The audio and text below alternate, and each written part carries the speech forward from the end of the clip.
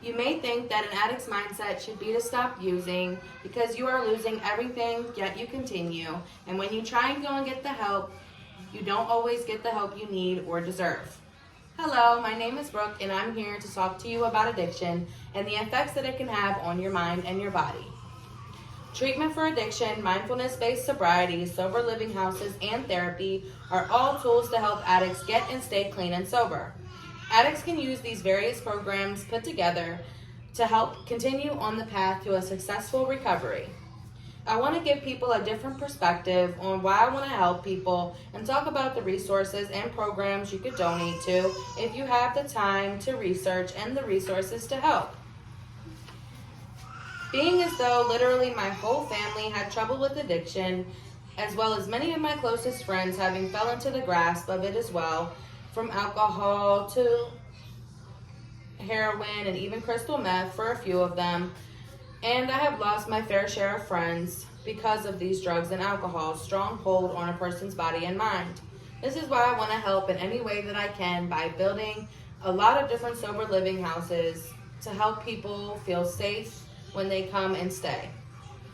Many people are unaware of the support needed for an addict to be successful in their fight to get and stay clean and sober.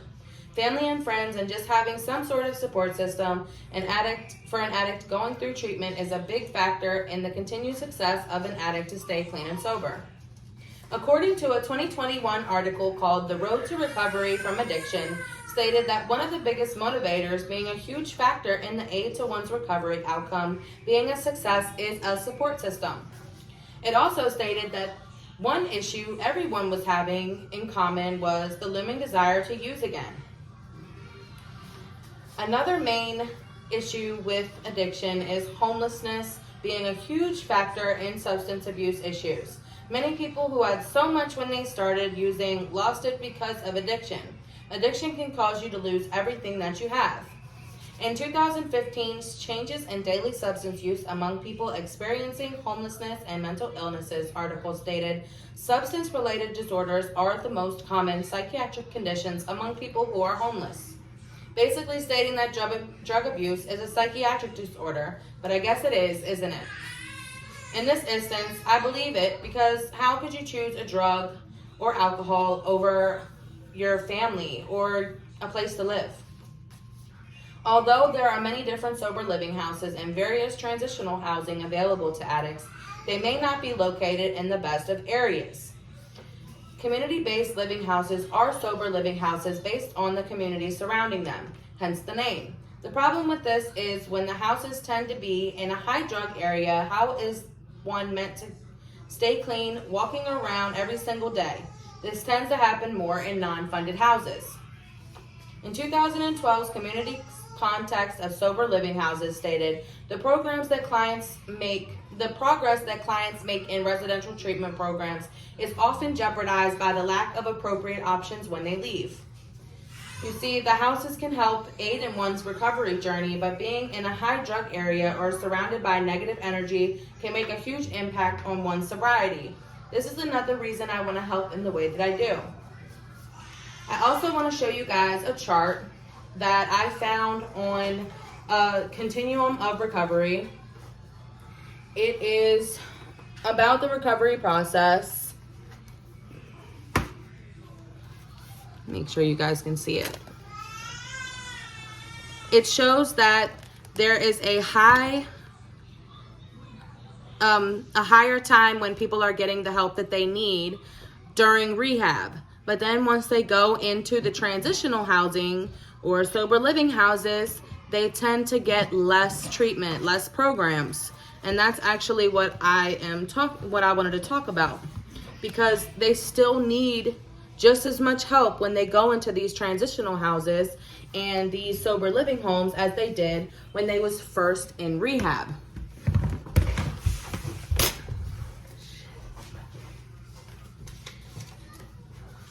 Mindfulness-based sobriety has many therapeutic techniques to help an addict continue on the path to success after treatment and during your time in sober living houses or other transitional housing.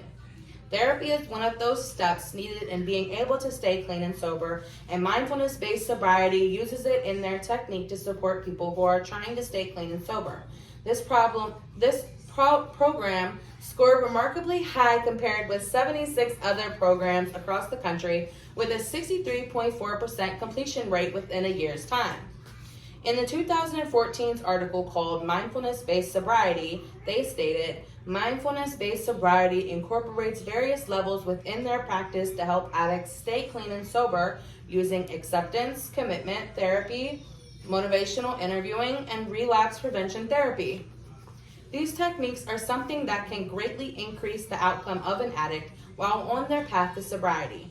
One journey may differ from another's, and I believe that no matter the needs, people can come together with the support to help these people who are trying to get and stay clean and sober.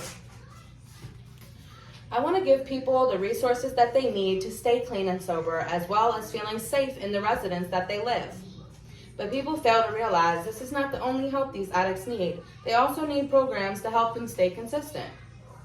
With various programs and support you can give if you have the time and the resources, by helping nonprofit organizations and government agencies in the fight against addiction.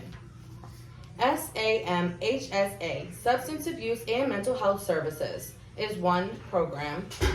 It's a program focused on the efforts to support and improve behavioral health nationwide, providing advocacy for substance use disorder and mental health services.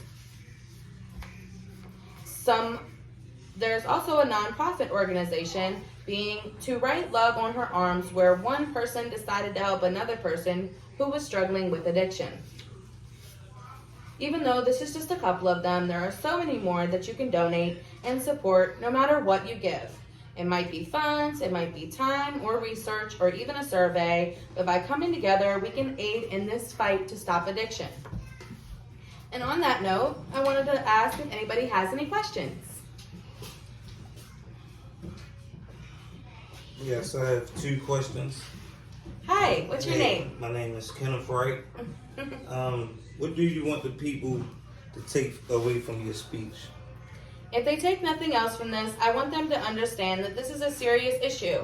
And if you can help them, please research and find a program that you connect with to donate to and support.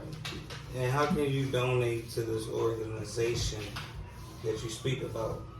You can donate to SAMHSA by going to their website, www.samhsa.gov, and you can also donate to TWLOHA, To Write Love on Her Arms. You go to www.twloha.com. Okay, thank you. Appreciate that. Thank you. So to conclude, I want to say I do believe there are many benefits and resources in place to help addicts get and stay clean and sober, including your support system, sober living houses, whether it be in the community that they live in, with the help of the mindfulness-based sobriety and their various therapeutic techniques set into place to help with continued success of a recovering addict. We need these various tools and people like you and me donating our time and resources into the continued success of a recovering addict.